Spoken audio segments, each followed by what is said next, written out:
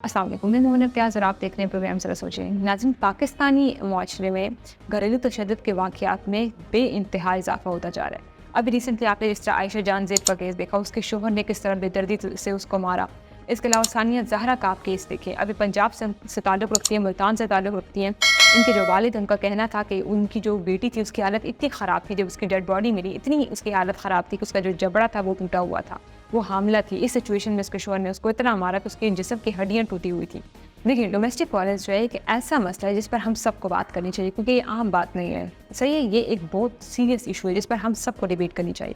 और जब हम घरेलू तशद्दुद की बात करते हैं और डोमेस्टिक वायलेंस की बात करते हैं तो इसकी मुख्तलिफ फॉर्म्स है। इसकी सिर्फ ये फॉर्म नहीं है कि आपको फिजिकली थप्पड़ मारा जा रहा है। सबसे पहली जो इसकी फॉर्म है वो है आइसोलेशन। जब कॉन्स्टेंटली आपको ये बताया जा रहा हो कि आपने जो है इस घर में रहना, आपने इस घर से बाहर कदम नहीं उठाना, आपने किसी से मिलना नहीं, आपने अपने घर वालों से नहीं मिलना, ये भी एक फॉर्म है डोमेस्टिक वायलेंस की। वर्बल अब्यूज़ में क्या होता है कि आपको कॉन्स्टेंटली ब्लेम किया जा रहा हो हर एक सिचुएशन पर, चाहे वो जिस सिचुएशन से गुजर है आपको उसका ब्लेम दे रहा है। Human rights commission of Pakistan की रिपोर्ट के मुताबिक देखें कि कोविड-19 में 90% पाकिस्तानी ख़वातीन पर जो है तशद्दुद किया गया।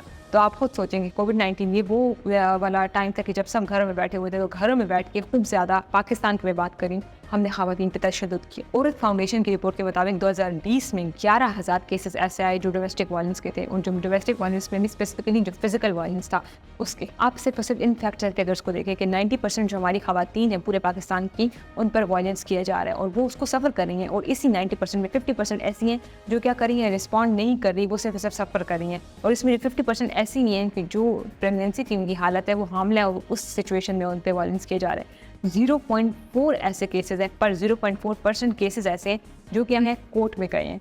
ये जो मैंने आपको जितने नंबर बताए ना कि 50% पे तशद्दुद किया जा रहा है, 90% ख़वातीन पे तशद्दुद किया जा रहा है, जो 90% ख़वातीन पे तशद्दुद किया गया कोविड-19 में, इन सब में सिर्फ 0.4% नंबर है जो कोर्ट में गए और रिपोर्ट किया।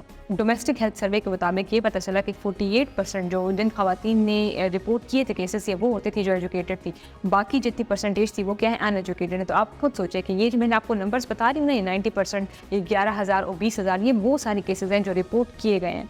उन नंबर्स को तो आप छोड़ ही दें जो रिपोर्ट नहीं किए गए। स्पेशली हम पंजाब की बात करते हैं, सिंध की बात करते हैं, केपी की। इस वक्त केपी के जो है वो नंबर टॉप पर है जो हम ख़वातीन पे वायलेंस कर रहे हैं। और इस वक्त अभी जो पिछले साल की रिपोर्ट के मुताबिक भी सबसे ज़्यादा ख़वातीन पे वायलेंस किया गया, उसमें जो सूबा जब था केपी के, वो नंबर 1 पर था। देखिए, ऐसा नहीं है कि वुमेन प्रोटेक्शन लॉज है नहीं, वुमेन प्रोटेक्शन लॉज एग्जिस्ट करते हैं। लाहौर में तो इवन ऐसा कोर्ट है जिसमें सिर्फ ख़वातीन के मसाइल को देखा जाता है और वही डील होती है। वहाँ पे जितने वकील में वो सारी ख़वातीन है। लेकिन यहाँ पे मसला ये है कि इन सब चीज़ों का फ़ायदा नहीं है जब अवेयरनेस नहीं है। जब आपकी गवर्नमेंट जो है अगर ये लॉज ला रही है, सब कुछ कर रही है, तो ये क्यों ऐसे इनिशिएटिव नहीं ले रही ताकि अवेयरनेस क्रिएट हो। फॉर एग्जांपल कबायली इलाके जो हैं, जहाँ पे स्वात ले लें आप, ऐसे जो मार्जिनलाइज्ड एरियाज़ हैं, इसमें जिस ख़वातीन पे तशद्दुद हो रहा है, उन ख़वातीन को क्या पता कि उनके साथ क्या हो रहा है, वो कहाँ पे जाएँ, वो किसको रीज़न बनाएं।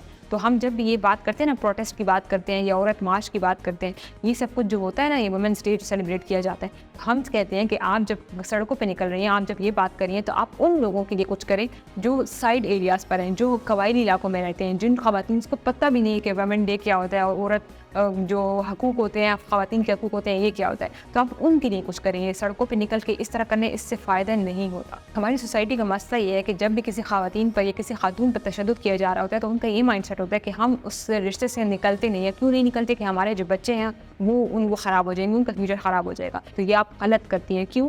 क्योंकि जो बच्चे हैं वो भी उसी माहौल में बड़े हो रहे हैं, और वो जब उसी माहौल में बड़े हो रहे हैं तो आप खुद सोचें, जो एक्ट जो है आपका हस्बैंड कर रहा है या उनका बाप कर रहा है, तो वो बड़े होकर वही चीज़ें करेंगे, वो उसको बहुत नॉर्मल समझेंगे। इस वक्त हमारी गवर्नमेंट को स्ट्रॉन्ग एक्शन लेना चाहिए। जो NGOs होते हैं उनको फ़ंड करना चाहिए, क्योंकि ये ऐसे इदारे होते हैं जो क्या है, इन सब चीज़ों को सपोर्ट करते हैं। अगर फॉर एग्जांपल NGO को बाहर से फंडिंग आ रही है तो हमारी गवर्नमेंट चेक रखे कि आया ये सही पर्पस, जिस पर्पस के लिए आ रही है, आया उसी पर्पस के लिए इस्तेमाल हो रही है कि नहीं हो रही। और इन सब चीज़ों के लिए इंपॉर्टेंट है एजुकेशन। जब तक आपकी जो ख़वातीन हैं वो एजुकेटेड नहीं होंगी, उनमें अवेयरनेस नहीं होगी, तब तक ये मसाइल कभी भी हल नहीं हो सकती। और इसमें सबसे अहम जो है हमारी ख़वातीन का ही कसूर है कि फॉर एग्जांपल अगर आप बच्चे की, चाहे वो लड़का है, अगर आप उसकी परवरिश भी करें तो आप बचपन से ही ख़वातीन की इज़्ज़त करना, उनको उनके साथ सलूक किस तरीके से करना है, उनको फॉर एग्जांपल अगर आप शादी करें, आप वो ज़िंदगी गुजारें, तो वो किस तरीके से आप रिस्पेक्ट तरीके से गुजार सकते हैं। तो इन सब में हमारी फीमेल्स का बहुत अहम रोल है और इसके लिए सबसे ज़रूरी है उनका एजुकेट होना। अगर वो एजुकेटेड होंगी तो ये सब चीज़ें जो है ना वो आसानी से हल हो सकती हैं,